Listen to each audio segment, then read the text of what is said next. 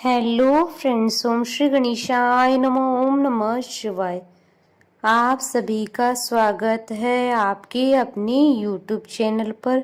Friends, आज हम आपको इस वीडियो में बताने जा रहे हैं श्रावण मास महात्म के 12वें अध्याय की कथा के बारे में, जिसको सुनने मात्र से ही प्राप्त होती है अपार धन संपदा और सुख समृद्धि में होती है वृद्धि।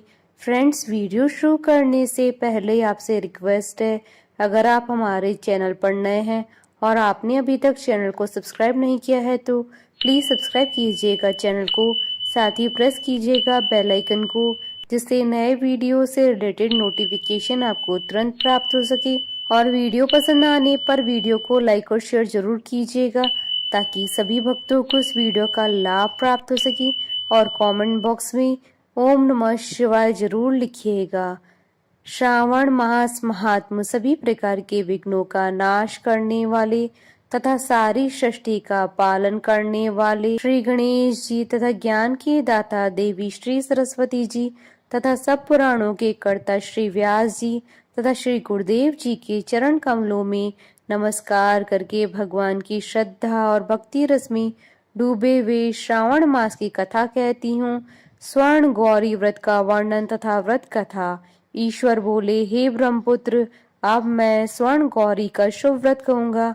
यह व्रत श्रावण मास में शुक्ल पक्ष की तृतीया तिथि को होता है। इस दिन प्रातः स्नान करके नित्य कर्म करने के बाद संकल्प करें और 16 उपचारों से पार्वती और शंकर जी की पूजा करें।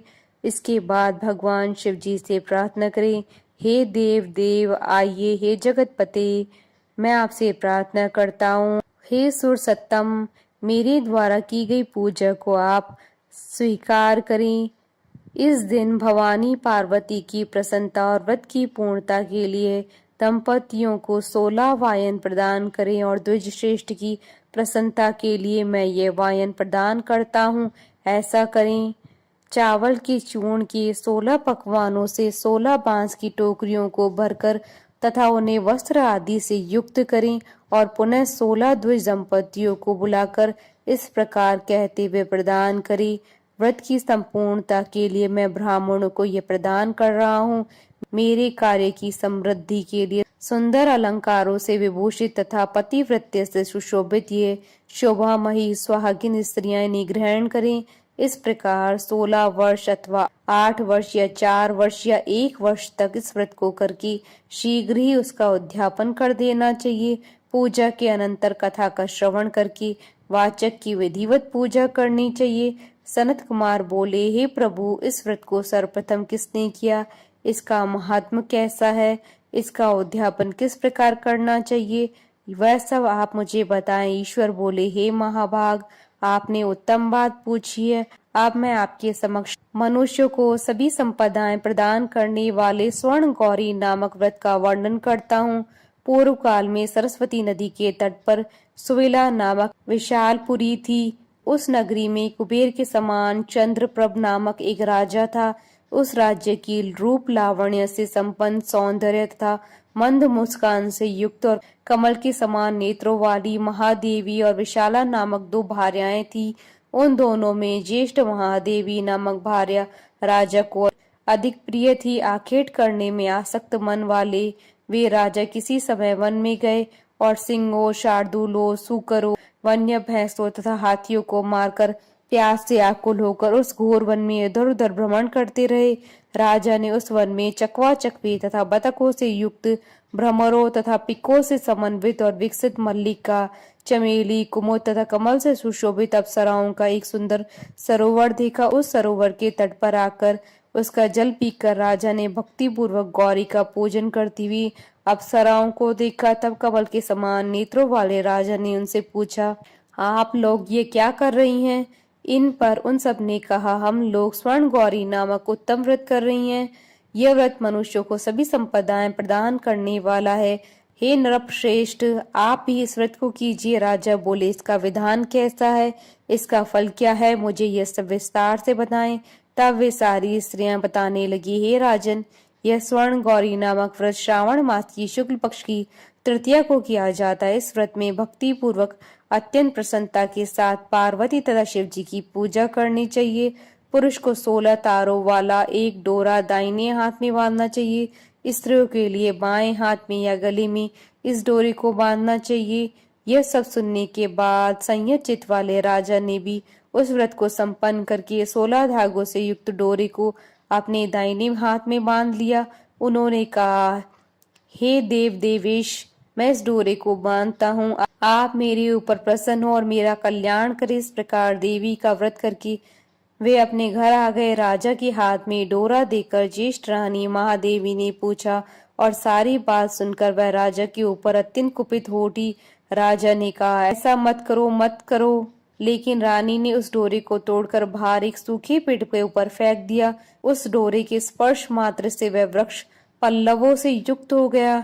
उसके बाद उसे देखकर दूसरी रानी भी आश्चर्यचकित हो उठी और उस वृक्ष पर स्थित टूटे हुए डोरे को उसने अपने बाएं हाथ में बांध दिया। उसी समय से उसके व्रत के महात्म्य से वह रानी राजा के लिए अत्यंत प्रिय हो गई। वह ज्येष्ठ रानी व्रत के अपचार के कारण राजा से त्यक्त होकर दुखित हो वन में चली गई। अपने मन में वह भगवती देवी का ध्यान करते हुए मुनियों के पवित्र आश्रम में निवास करने लगी। कहीं कहीं श्रेष्ठ मुनियों के द्वारा यह कहकर आश्रम में रहने से रोक दी जाती थी कि हे पापिन, अपनी इच्छा के अनुसार यहाँ से चली जाओ। इस प्रकार घोर वन में इधर उधर भ्रमण करती हुई वह अत्यंत खिन्न होकर एक स्थान पर बैठ गई। तब उसके ऊपर कृपा करके देवी उसके समक्ष प्रकट हुई। उन्हें देखकर वह रानी भूमि पर दंडवत प्रणाम करके उनकी स्तुति करने लगी। हे देवी, आपकी जय हो, आपको नमस्कार है। हे भक्तों को वर देने वाली, आपकी जय हो। शंकर के वाम भाग में विराजने वाली, आपकी जय हो। हे मंगल मांगले, आपकी जय हो। तब देवी की भक्ति के द्वारा वरदान प्राप्त करके उन गौरी की अर्चना करके उसने जो व्रत किया, उसके प्रभाव से रानी के पति उसे घर ले आए। उसके बाद देवी की कृपा से उसकी सभी कामनाएं पूर्ण हो गई। राजा सभी समृद्धियों से संपन्न होकर दोनों के साथ पूर्ण रूप से राज्य करने लगा। अंत में राजा ने उन दोनों रानियों सहित शिव पद को प्राप्त किया। जो स्वर्ण गौरी के इस उत्तम व्रत को करता है वह मेरा तथा गौरी का अत्यंत प्रिय होता है और विपुल लक्ष्मी प्राप्त करके तथा भूलोक में शत्रु समूह को पराजित कर शिव जी के विशुद्ध लोक को जाता है। हे सनत कुमार, अब आप दयाचित होकर इस व्रत के उद्यापन की विधि सुनिए। चंद्रमा तथा तारा बल से युक्त शुभ तिथि तथा शुभ वार में एक मंडप बनाकर उसके मध्य अष्टकमल दल के ऊपर धान्य रखकर उस पर एक कुंभ स्थापित करके पुनः उसके ऊपर 16 पल प्रमाण का बना हुआ एक तिल पूरे ताम्रमय पूर्ण पात्र रखें और उस पर पार्वती शंकर की 2 प्रतिमाएं स्थापित करें। शिव जी की प्रतिमा श्वेत वर्ण के 2 वस्त्रों तथा शुक्ल वर्ण के यज्ञोपवीत से सुशोभित हो। उसके बाद वेदोक्त मंत्रों से विधि पूर्वक उनकी प्रतिष्ठा करे और भली भांति पूजा करके रात्रि में जागरण करे। इसके अनंतर प्रातः काल पूजा करने के बाद होम करें। सर्वप्रथम ग्रह होम करके प्रधान होम करें।